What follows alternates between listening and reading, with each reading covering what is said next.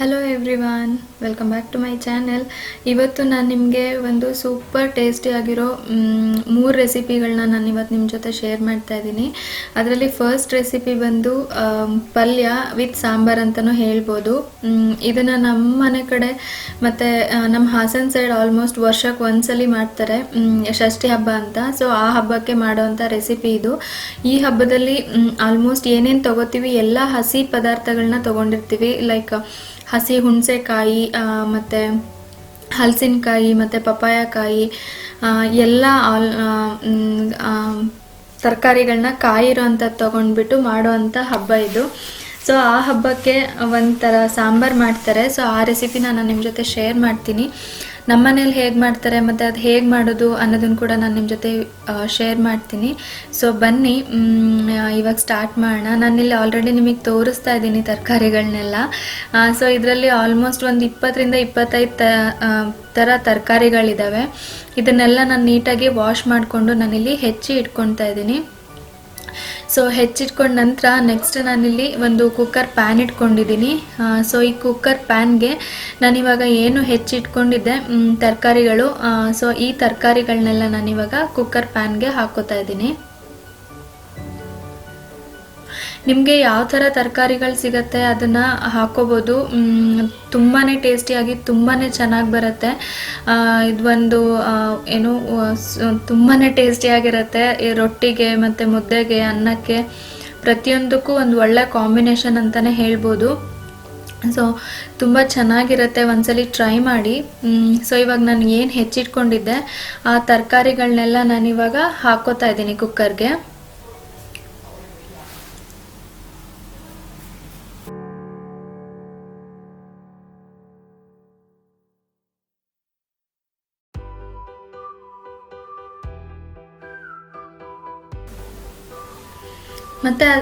ಮತ್ತು ಅದಾದ ನಂತರ ನಾನಿಲ್ಲಿ ಅವರೆಕಾಳು ಮತ್ತು ಹಸಿ ಬಟಾಣಿನ ಹಾಕೋತಾ ಇದ್ದೀನಿ. ಈವನ್ ಇದಕ್ಕೆ ಯಾವ ಹಸಿ ಕಾಳುಗಳಾದರೂ ಹಾಕೋಬೋದು ಮತ್ತು ಯಾವ ಹಸಿ ತರಕಾರಿಗಳನ್ನಾದರೂ ಹಾಕೋಬೋದು. ಇಷ್ಟೇ ತರಕಾರಿ ಹಾಕೋಬೇಕು ಅನ್ನೋ ಲಿಮಿಟ್ಸ್ ಇಲ್ಲ, ಏನು ತರಕಾರಿ ಬೇಕಾದರೂ ಹಾಕೋಬೋದು. ನಾನಿವತ್ತು ಆಲ್ಮೋಸ್ಟ್ ಒಂದು 20ರಿಂದ 25 ಥರ ತರಕಾರಿಗಳನ್ನ ತೊಗೊಂಡಿದ್ದೀನಿ. ಪಪ್ಪಾಯಕಾಯಿ, ಹಲಸಿನಕಾಯಿ, ಅವರೆಕಾಳು, ಬೀನ್ಸ್, ಕ್ಯಾರೆಟ್, ನವಿಲುಕೋಸು ಮತ್ತು ಬೀಟ್ರೋಟ್, ಟೊಮ್ಯಾಟೊ, ಆಲೂಗೆಡ್ಡೆ, ಗೆಣಸು, ಬಾಳೆಕಾಯಿ. ಸೊ ಈ ಥರದ್ದು ಸುಮಾರು ಒಂದು 20ರಿಂದ 25 ತರಕಾರಿಗಳನ್ನ ತೊಗೊಂಡಿದ್ದೀನಿ. ಸೊ ಅಷ್ಟನ್ನೆಲ್ಲ ಹೆಚ್ಕೊಂಡು ನಾನಿವಾಗ ಸ್ವಲ್ಪ ನೀರು ಎಷ್ಟು ಬೇಕೋ ಅಷ್ಟನ್ನು ಹಾಕಿಬಿಟ್ಟು ನಾನಿವಾಗ ಸ್ವಲ್ಪ ಸಾಲ್ಟ್ ಹಾಕಿಬಿಟ್ಟು 2 ವಿಷಲ್ ತೊಗೊಳ್ತಾ ಇದ್ದೀನಿ ನಾನಿಲ್ಲಿ. ಸೊ ನಮ್ಮನೆ ಪೂಜೆ ಕೂಡ ಆಗಿತ್ತು, ಅದನ್ನು ಕೂಡ ಶೇರ್ ಮಾಡ್ತಾ ಇದ್ದೀನಿ ನಾನು ಇವತ್ತು ನಿಮ್ಮ ಜೊತೆ.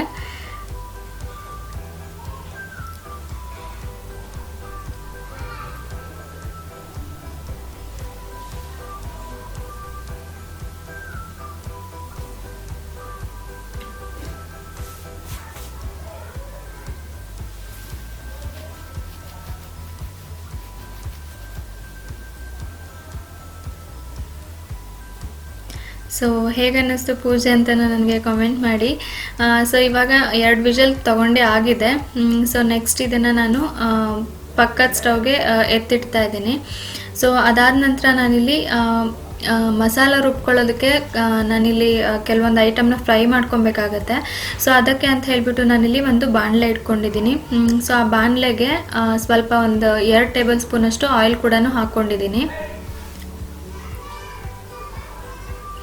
ಆಯಿಲ್ ಸ್ವಲ್ಪ ಕಾದ ನಂತರ ನಾನಿಲ್ಲಿ 1 ಈರುಳ್ಳಿಗಳನ್ನ ದಪ್ಪಗೆ ಕಟ್ ಮಾಡಿ ಇಟ್ಕೊಂಡಿದ್ದೆ. ಸೊ ಹಾಗೆ ರಫಾಗಿ ಕಟ್ ಮಾಡ್ಕೊಂಡಿರೋ ಈರುಳ್ಳಿನ ಕೂಡ ನಾನು ಎಣ್ಣೆ ಒಳಗಡೆನೆ ಹಾಕೋತಾ ಇದ್ದೀನಿ. ಅದ್ರ ಜೊತೆಗೇನೆ ಒಂದು 10ರಿಂದ 12 ಎಸಲಷ್ಟು ಬೆಳ್ಳುಳ್ಳಿ ಕೂಡ ನಾನಿಲ್ಲಿ ಹಾಕ್ಕೊಂಡಿದ್ದೀನಿ. ಸೊ ಇದೆರಡನ್ನು ನಾವಿವಾಗ ನೀಟಾಗಿ ಫ್ರೈ ಮಾಡ್ಕೊಬೇಕಾಗತ್ತೆ. ತುಂಬ ಏನು ಫ್ರೈ ಮಾಡೋದು ಬೇಡ, 1 or 2 ಮಿನಿಟ್ಸ್ ಫ್ರೈ ಮಾಡಿಕೊಂಡ್ರೆ ಸಾಕಾಗತ್ತೆ. ಅದಾದ ನಂತರ ಬಾಣಲಿಯೆಲ್ಲ ಸ್ವಲ್ಪ ಹೊತ್ತು ಬಿಟ್ಟರೆ ಅದ್ರ ಬಿಸಿಗೆ ಆಗೋಗ್ಬಿಡತ್ತೆ. ಸೊ ಇದನ್ನು ಇವಾಗ ಚೆನ್ನಾಗಿ ಫ್ರೈ ಮಾಡ್ಕೊಳ್ತಾ ಇದ್ದೀನಿ. ಸೊ ನೋಡ್ಬೋದು ನಾನು ಇಷ್ಟೇ ಫ್ರೈ ಮಾಡ್ಕೊಂಡಿದ್ದು, ಇಮ್ಮಿಡಿಯೇಟ್ ಆಫ್ ಕೂಡ ಮಾಡ್ಕೊಂಡಿದ್ದೀನಿ.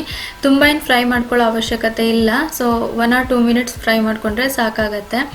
ಸೊ ಸೊ ಬಾಣಲೆನೇ ನಾನು ದಪ್ಪ ತಳ ಇರೋದು ತೊಗೊಂಡಿದ್ದೀನಿ. ಸೊ ಅದರಲ್ಲೇ ಅದು ಚೆನ್ನಾಗಿ ಫ್ರೈ ಆಗುತ್ತೆ. ಸೊ ಇಷ್ಟು ಫ್ರೈ ಮಾಡಿಕೊಂಡ್ರೆ ಸಾಕಾಗತ್ತೆ ಈರುಳ್ಳಿ ಮತ್ತು ಬೆಳ್ಳುಳ್ಳಿಗಳನ್ನ. ಸೊ ಅದಾದ ನಂತರ ನಾನಿಲ್ಲಿ ಪಕ್ಕ ಒಂದು ಪಾತ್ರೆ ಇಟ್ಕೊಂಡಿದ್ದೀನಿ. ಅದಕ್ಕೆ ಒಂದು ಅರ್ಧ ಗ್ಲಾಸಷ್ಟು ನೀರನ್ನು ಹಾಕಿಬಿಟ್ಟು ಹುಣಸೆಕಾಯಿ ನಾನು ನಿಮಗೆ ತೋರಿಸಿದ್ದೆ ಅಲ್ಲ, ಸೊ ಆ ಹುಣಸೆಕಾಯಿನ ನಾನಿಲ್ಲಿ ಬೇಯಿಸ್ಕೊಳ್ಳೋದಕ್ಕೆ ಅಂತ ಹೇಳಿಬಿಟ್ಟು ಇಡ್ತಾ ಇದ್ದೀನಿ. ಈವನ್ ಹುಣಸೆಕಾಯಿ ಇಲ್ಲ ಅಂತಂದರೆ ನೀವು ನಾರ್ಮಲ್ ಹುಣಸೆ ಹಣ್ಣನ್ನು ಕೂಡ ನೀವು ಹಾಕೋಬೋದು. ಸೊ ಅದಾದ ನಂತರ ನಾನಿಲ್ಲಿ ರುಬ್ಬೋದಕ್ಕೆ ಏನು ಬೇಕೋ ಅದನ್ನು ನಾನು ರೆಡಿ ಮಾಡ್ಕೊಳ್ತಾ ಇದ್ದೀನಿ.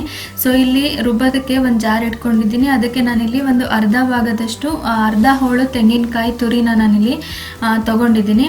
ಅದನ್ನು ನಾನಿವಾಗ ಜಾರ್ಗೆ ಹಾಕೋತಾ ಇದ್ದೀನಿ.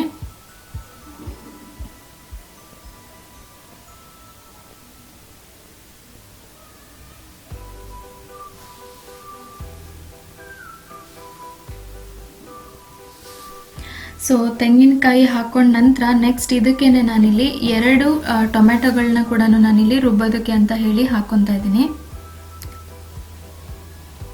ಸಾರಿ 1 ಟೊಮೆಟೊ ಹಾಕಿದ್ದೀನಿ. ಮತ್ತು ಅದಾದ ನಂತರ ನಾನಿಲ್ಲಿ ಈರುಳ್ಳಿ ಮತ್ತು ಬೆಳ್ಳುಳ್ಳಿಗಳನ್ನ ನಾನು ಏನು ಆಯಿಲ್ ಹಾಕಿಬಿಟ್ಟು ಫ್ರೈ ಮಾಡ್ಕೊಂಡಿದ್ದೆ ಅದನ್ನು ಕೂಡ ನಾನಿಲ್ಲಿ ಹಾಕೋತಾ ಇದ್ದೀನಿ ಜಾರ್ ಒಳಗಡೆನೆ.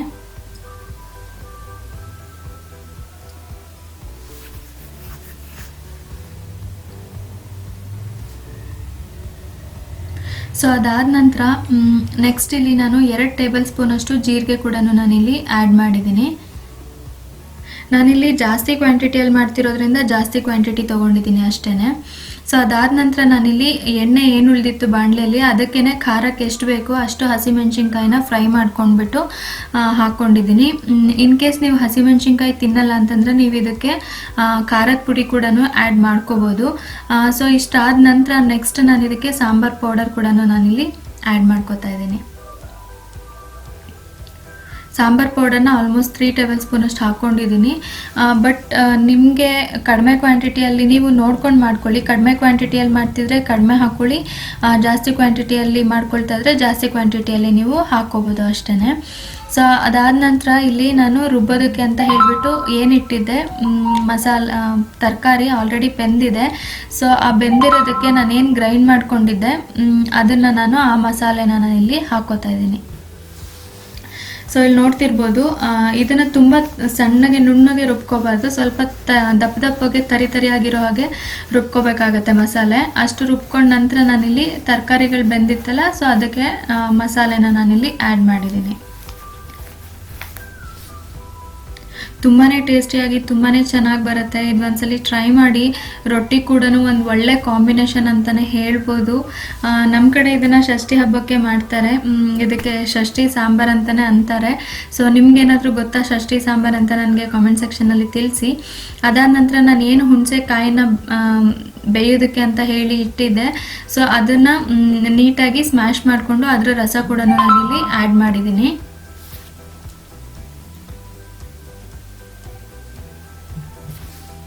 ನಿಮ್ಮ ಹತ್ರ ಹುಣಸೆ ಕಾಯಿ ಇಲ್ಲ ಅಂತಂದರೆ ನೀವು ಹುಣಸೆ ಹಣ್ಣು ಕೂಡ ಹಾಕ್ಕೋಬೋದು.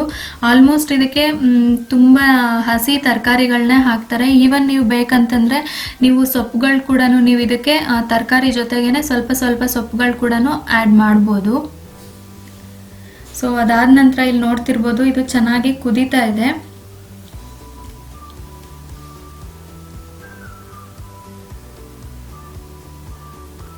ಇದು ಕುದಿಯೋಕ್ಕೆ ಸ್ಟಾರ್ಟ್ ಆದ ನಂತರ ನೆಕ್ಸ್ಟ್ ನಾನು ಇದನ್ನು ಆ ಕಡೆ ಸ್ಟವ್ಗೆ ಎತ್ತಿಡ್ತಾ ಇದ್ದೀನಿ. ಬಿಕಾಸ್ ಈ ಕಡೆ ಸ್ಟವಲ್ಲಿ ಒಗ್ಗರಣೆ ಮಾಡ್ಕೊಳ್ಳೋದಕ್ಕೆ ಅಂತ ಹೇಳಿಬಿಟ್ಟು ಅಷ್ಟೇ.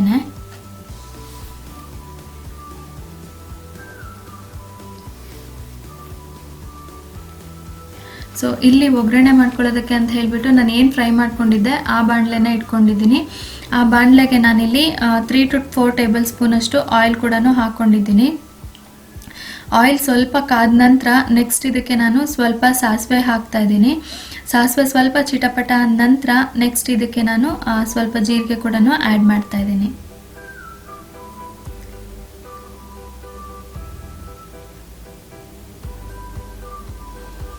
ಸೊ ಸಾಸಿವೆ ಮತ್ತು ಜೀರಿಗೆ 2 ಚಿಟಪಟ ಅಂದ ನಂತರ ನೆಕ್ಸ್ಟ್ ನಾನು ಇದಕ್ಕೆ ಹೆಚ್ಚಿಟ್ಕೊಂಡಿರೋ ಅಂಥ ಈರುಳ್ಳಿ ಮತ್ತು ಕರಿಬೇವು ಸೊಪ್ಪನ್ನು ಕೂಡ ನಾನಿಲ್ಲಿ ಆ್ಯಡ್ ಮಾಡ್ತಾ ಇದ್ದೀನಿ.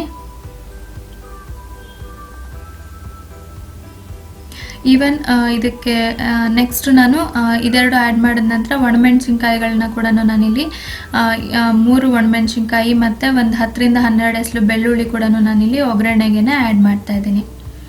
ಸೊ ಇಷ್ಟು ಆದ ನಂತರ ನಾನಿಲ್ಲಿ ಚೆನ್ನಾಗಿ ಫ್ರೈ ಮಾಡ್ಕೊಳ್ತಾ ಇದ್ದೀನಿ. ಇದನ್ನು ಒಗ್ಗರಣೆನ ಚೆನ್ನಾಗಿ ಫ್ರೈ ಮಾಡ್ಕೊಬೇಕಾಗತ್ತೆ. ಆಲ್ಮೋಸ್ಟ್ ಒಂದು 70-75% ಅಷ್ಟು ಫ್ರೈ ಆಗೋವರೆಗೆ ನಾವು ಒಗ್ಗರಣೆನ ಚೆನ್ನಾಗಿ ಮಾಡ್ಕೋಬೇಕಾಗತ್ತೆ. ಯಾಕಂತಂದರೆ ಸಾಂಬಾರ್ಗೆ ಜಾಸ್ತಿ ಫ್ರೈ ಮಾಡಿಕೊಂಡ್ರೆ ಚೆನ್ನಾಗಿರುತ್ತೆ ಒಗ್ಗರಣೆ, ಹಸಿ ಹಸಿ ಇರಬಾರ್ದು ಒಗ್ಗರಣೆ, ಅದಕ್ಕೋಸ್ಕರ. ಸೊ ಇವಾಗ ನೋಡ್ತಿರ್ಬೋದು ನಾನು ಇಷ್ಟರ ಮಟ್ಟಿಗೆ ಫ್ರೈ ಮಾಡ್ಕೊಂಡಿದ್ದೀನಿ.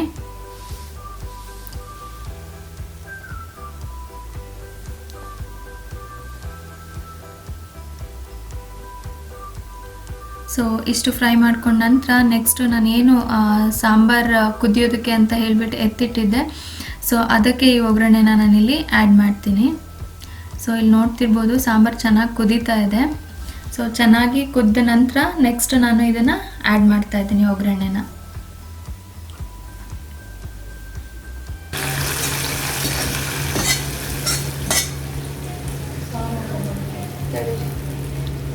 ಸೊ ತುಂಬಾ ಟೇಸ್ಟಿಯಾಗಿ ತುಂಬಾ ಚೆನ್ನಾಗಿ ಬರುತ್ತೆ. ಈವನ್ ಈ ಸಾಂಬಾರು ಕೂಡ ತುಂಬಾ ಚೆನ್ನಾಗಿತ್ತು.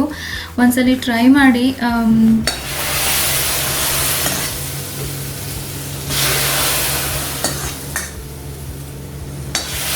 ಸೊ ಇವಾಗ ನಮ್ಮ ಸಾಂಬಾರು ಕೂಡ ರೆಡಿ ಆಯಿತು.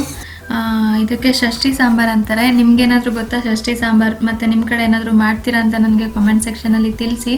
ತುಂಬಾ ಟೇಸ್ಟಿಯಾಗಿ ತುಂಬ ಚೆನ್ನಾಗಿ ಬರುತ್ತೆ. ಇದು ಅನ್ನಕ್ಕೆ, ರೊಟ್ಟಿಗೆ, ಮುದ್ದೆಗೆ ಎಲ್ಲದಕ್ಕೂ ಕೂಡ ಒಂದು ಒಳ್ಳೆ ಕಾಂಬಿನೇಷನ್ ಅಂತ ಹೇಳ್ಬೋದು. ಟ್ರೈ ಮಾಡಿ. ನಿಮ್ಮ ಹತ್ರ ಇಷ್ಟೊಂದು ತರಕಾರಿ ಇಲ್ಲ ಅಂತಂದರೆ ನಿಮ್ಮ ಹತ್ರ ಯಾವ ತರಕಾರಿ ಇದೆ ಆ ತರಕಾರಿನ ಕೂಡ ಆ್ಯಡ್ ಮಾಡಿಬಿಟ್ಟು ಮಾಡ್ಕೋಬೋದು. ಸೊ ಟ್ರೈ ಮಾಡಿ ಒಂದ್ಸಲಿ, ತುಂಬ ಟೇಸ್ಟಿಯಾಗಿ ಬರುತ್ತೆ.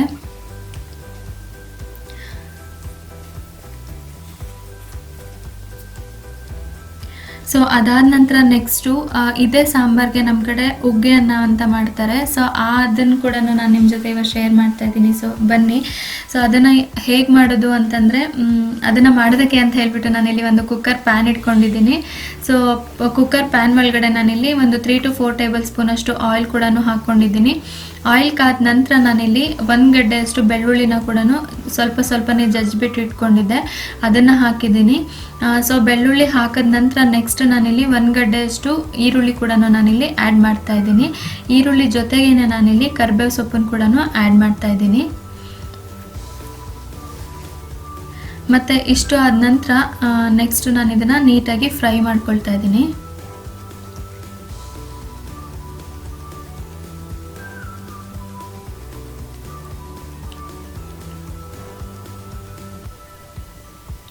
ಇದನ್ನು 1 ನಿಮಿಷ ಅಷ್ಟು ಚೆನ್ನಾಗಿ ಫ್ರೈ ಮಾಡ್ಕೊಂಡಿದ್ದೀನಿ. ಇಷ್ಟಾದ ನಂತರ ನಾನಿಲ್ಲಿ 2 ಒಣಮೆಣಸಿನ್ಕಾಯಿಗಳನ್ನ ಕೂಡ ನಾನಿಲ್ಲಿ ಆ್ಯಡ್ ಮಾಡಿದ್ದೀನಿ.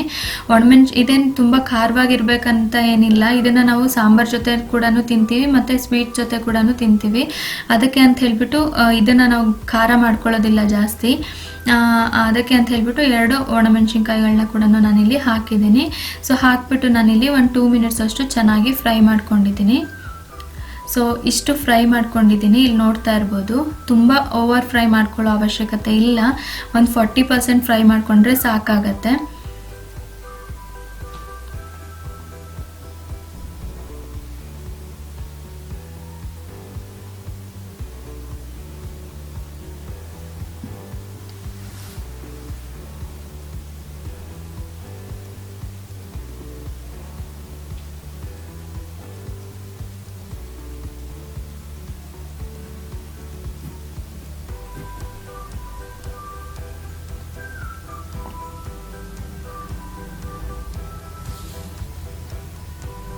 ಸೊ ಇಲ್ಲಿ ನೋಡ್ತಿರ್ಬೋದು ನಾನು ಇಷ್ಟರ ಮಟ್ಟಿಗೆ ಫ್ರೈ ಮಾಡ್ಕೊಂಡಿದ್ದೀನಿ. ಅದಾದ ನಂತರ ನಾನಿಲ್ಲಿ ಅಕ್ಕಿನ ನೆನೆ ಇಟ್ಟಿದ್ದೆ. ಈ ಅಕ್ಕಿ ಒಳಗಡೆ ನಾನು 2 ಟೇಬಲ್ ಸ್ಪೂನಷ್ಟು ಕಡಲೆಬೇಳೆ ಮತ್ತು ಒಂದು 2 ಟೇಬಲ್ ಸ್ಪೂನಷ್ಟು ಮೆಂತ್ಯ ಕೂಡ ನಾನಿಲ್ಲಿ ಆ್ಯಡ್ ಮಾಡಿದ್ದೀನಿ.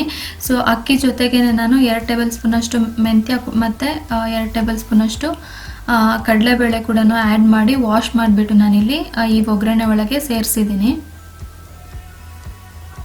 ಸೊ ಅದನ್ನು ನಾನಿವಾಗ ನೀಟಾಗಿ ಫ್ರೈ ಮಾಡ್ಕೊಳ್ತಾ ಇದ್ದೀನಿ.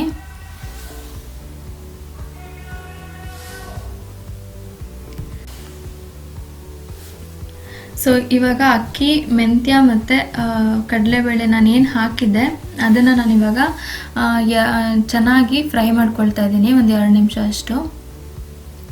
ಸೊ ಫ್ರೈ ಮಾಡ್ಕೊಂಡ ನಂತರ ನಾನಿಲ್ಲಿ 1:2 ರೇಷಿಯೋ ಅಲ್ಲಿ ನಾನಿಲ್ಲಿ ನೀರನ್ನು ಕೂಡ ಇದಕ್ಕೆ ಆ್ಯಡ್ ಮಾಡ್ತಾ ಇದ್ದೀನಿ.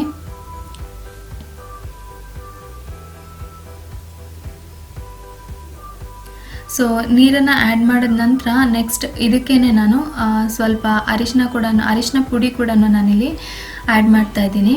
ಅರಿಶಿನ ಪುಡಿ ಬಂದು ಇದು ಮನೆಯಲ್ಲೇ ಮಾಡಿರೋ ಅರಿಶಿನ ಪುಡಿ, ಇದನ್ನು ನಾವು ತುಪ್ಪದ ಪುಡಿ ಅಂತ ಅಂತೀವಿ. ಸೊ ಈ ಥರ ತುಪ್ಪದ ಪುಡಿ ಇಲ್ಲ ಅಂತಂದರೆ ನೀವು ನಾರ್ಮಲ್ ಅರಿಶಿನ ಪುಡಿ ಕೂಡ ಆ್ಯಡ್ ಮಾಡ್ಕೋಬೋದು. ಸೊ ಇದನ್ನು ಆ್ಯಡ್ ಮಾಡ್ಕೊಂಡ ನಂತರ ನೆಕ್ಸ್ಟ್ ನಾನು ಇದಕ್ಕೆ ಸಾಲ್ಟ್ ಕೂಡ ಆ್ಯಡ್ ಮಾಡ್ತಾ ಇದ್ದೀನಿ. ರುಚಿಗೆ ತಕ್ಕಷ್ಟು ಉಪ್ಪನ್ನು ಕೂಡ ನಾನಿಲ್ಲಿ ಆ್ಯಡ್ ಮಾಡ್ತಾ ಇದ್ದೀನಿ. ಸೊ ಇಷ್ಟಾದ ನಂತರ ಇದನ್ನು ಚೆನ್ನಾಗಿ ಮಿಕ್ಸ್ ಮಾಡಿಬಿಟ್ಟು ಇದು ಸ್ವಲ್ಪ ಕುದಿಯೋದಕ್ಕೆ ಬಿಡಬೇಕಾಗತ್ತೆ ನಾವು.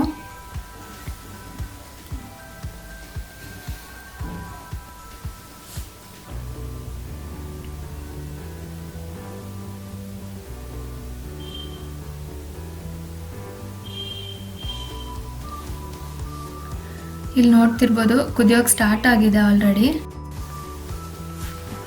ಸೊ ಇವಾಗ ಚೆನ್ನಾಗಿ ಕುದೀತಾ ಇದೆ. ಸೊ ಈ ಟೈಮಲ್ಲಿ ನಾವು ಇದನ್ನು ಒಂದ್ಸಲಿ ನೀಟಾಗಿ ಮಿಕ್ಸ್ ಮಾಡಿಕೊಂಡು ಇದಕ್ಕೆ ಫ್ರೆಶ್ ಆಗಿ ನಾವೇನು ತುರಿದಿಟ್ಕೊಂಡಿರ್ತೀವಿ ಸೊ ಆ ಕಾಯಿ ತುರಿಗಳನ್ನ ಮತ್ತು ಇನ್ನೂ ಒಂದು ಗೆಡ್ಡೆ ಬೆಳ್ಳುಳ್ಳಿಗಳನ್ನ ಕೂಡ ನಾನಿಲ್ಲಿ ಆ್ಯಡ್ ಮಾಡಿದ್ದೀನಿ. ಸೊ ಎಕ್ಸ್ಟ್ರಾ ನಾವಿದು ಕಾಯಿ ತುರಿನ ಹಾಕೋದ್ರಿಂದ ಒಂದು ಒಳ್ಳೆ ಟೇಸ್ಟ್ ಬರುತ್ತೆ ಅಂತಲೇ ಹೇಳ್ಬೋದು ಈ ಅನ್ನಕ್ಕೆ. ಸೊ ಇಷ್ಟಾದ ನಂತರ ನೆಕ್ಸ್ಟ್ ನಾನು ಇದಕ್ಕೆ ಇನ್ನೇನು 1 ಟೇಬಲ್ ಸ್ಪೂನಷ್ಟು ಬೆಣ್ಣೆ ಕೂಡ ನಾನಿಲ್ಲಿ ಆ್ಯಡ್ ಮಾಡ್ತಾ ಇದ್ದೀನಿ.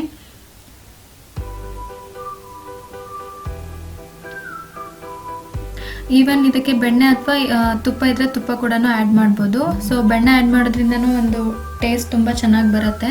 ಸೊ ಅದಕ್ಕೆ ಅಂತ ಹೇಳ್ಬಿಟ್ಟು ನಾನಿಲ್ಲಿ ಲಾಸ್ಟಲ್ಲಿ 1 ಟೇಬಲ್ ಸ್ಪೂನಷ್ಟು ಬೆಣ್ಣೆ ಕೂಡ ಆ್ಯಡ್ ಮಾಡಿದ್ದೀನಿ.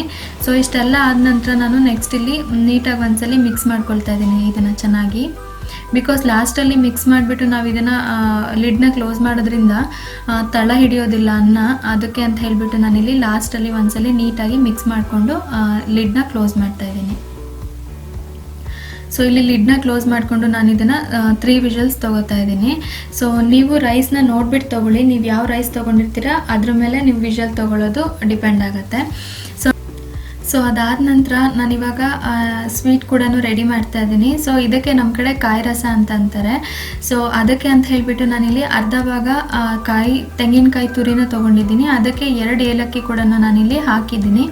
ಸೊ 2 ಏಲಕ್ಕಿ ಹಾಕಿದ ನಂತರ ನೆಕ್ಸ್ಟು ನಾನು ಇದಕ್ಕೇ ಒಂದು ಟೇಬಲ್ ಸ್ಪೂನಷ್ಟು ಕಡಲೆ ಕೂಡ ಆ್ಯಡ್ ಮಾಡ್ತಾ ಇದ್ದೀನಿ.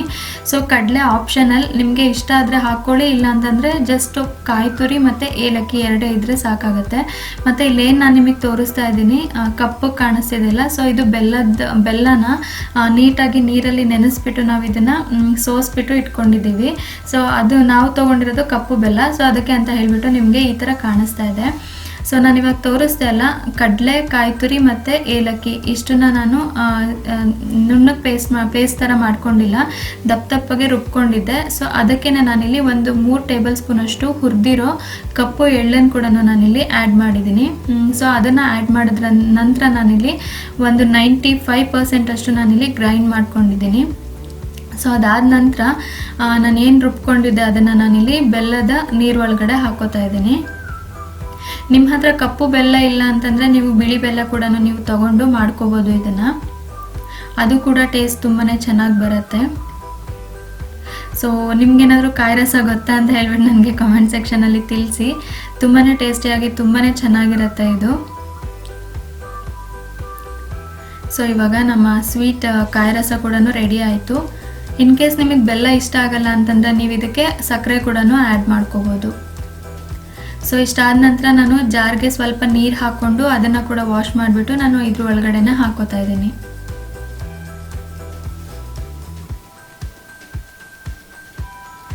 ಸೊ ಇವಾಗ ಸಾಂಬಾರ್ ಮತ್ತು ನಮ್ಮ ಕಾಯಿ ರಸ ಕೂಡ ರೆಡಿ ಆಯಿತು. ಸೊ ಬನ್ನಿ ಹೇಗಾಗಿದೆ ಅನ್ನ ಅಂತ ಹೇಳಿಬಿಟ್ಟು ನಾನು ನಿಮ್ಮ ಜೊತೆ ಶೇರ್ ಮಾಡ್ತೀನಿ ಇವಾಗ.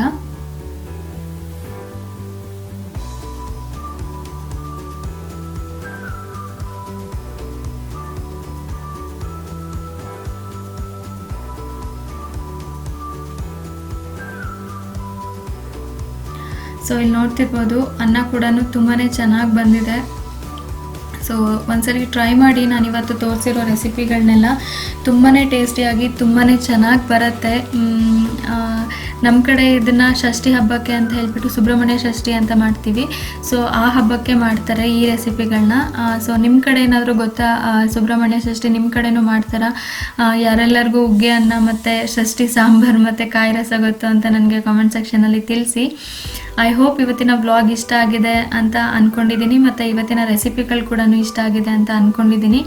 ಇವತ್ತಿನ ರೆಸಿಪಿ ಮತ್ತು ಇವತ್ತಿನ ವ್ಲಾಗ್ ಹೇಗೆ ಅನ್ನಿಸ್ತು ಅಂತ ನನಗೆ ಪ್ಲೀಸ್ ಕಾಮೆಂಟ್ ಸೆಕ್ಷನಲ್ಲಿ ತಿಳಿಸಿ. ಮತ್ತು ನೀವಿನ್ನ ನನ್ನ ಚಾನಲ್ಗೆ ಸಬ್ಸ್ಕ್ರೈಬ್ ಆಗ್ದಲೇ ನೋಡ್ತಾ ಇದ್ದರೆ ಪ್ಲೀಸ್ ಸಬ್ಸ್ಕ್ರೈಬ್ ಮಾಡ್ಕೊಂಡು ನೋಡಿ ಮತ್ತು ಪಕ್ಕದಲ್ಲೇ ಬರೋ ಬೆಲ್ ಐಕಾನ್ನ ಕ್ಲಿಕ್ ಮಾಡಿ ಅಂತ ಹೇಳ್ತಾ, ಸೊ ನಮ್ಮ ಷಷ್ಠಿ ಹಬ್ಬ ಈ ಥರ ಆಯಿತು ಅಂತ ಹೇಳ್ತಾ ಇವತ್ತಿನ ವ್ಲಾಗ್ನ ನಾನು ಇಲ್ಲಿಗೆ ಎಂಡ್ ಮಾಡ್ತಾ ಇದ್ದೀನಿ. ನೆಕ್ಸ್ಟ್ ಒಂದು ಇಂಟ್ರೆಸ್ಟಿಂಗ್ ವ್ಲಾಗಲ್ಲಿ ಸಿಗ್ತೀನಿ. ಅಲ್ಲಿವರೆಗೆ love you all, take care, bye.